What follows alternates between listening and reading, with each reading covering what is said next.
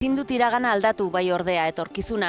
Horixe Barzinak gaur Nafarroako egunkari batera bidalitako eskutitzaren lerroburua. Kaja Navarrako dieten eskandalua egunkarietan agertu eta 3 egunera eta bere burua zuritzeko azalpen harrigarriak eman eta gero Yolanda Barzinak errua onartu du, baina ez du aurpegia ematen, eskutitz bidez barkamena eskatu du, hala ere harro agertu da bera izan zelako dieta horiekin bukatu zuena.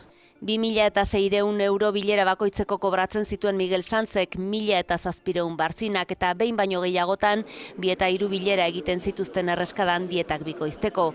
Hala ere presidenteak dio garai hartan ohikoa zela eta politikarien soldataren gehigarri finkoa zirela dietak. Abertzalei ere erasoa eurek ere nahi zutelako organo horietan parte hartu eta eskutitzaren 4. paragrafoan ia erdian lerro bakarrean barkamena eskatu du Barzinak. Gero Abairen ustez iseka hutsa da Barzinaren erantzuna.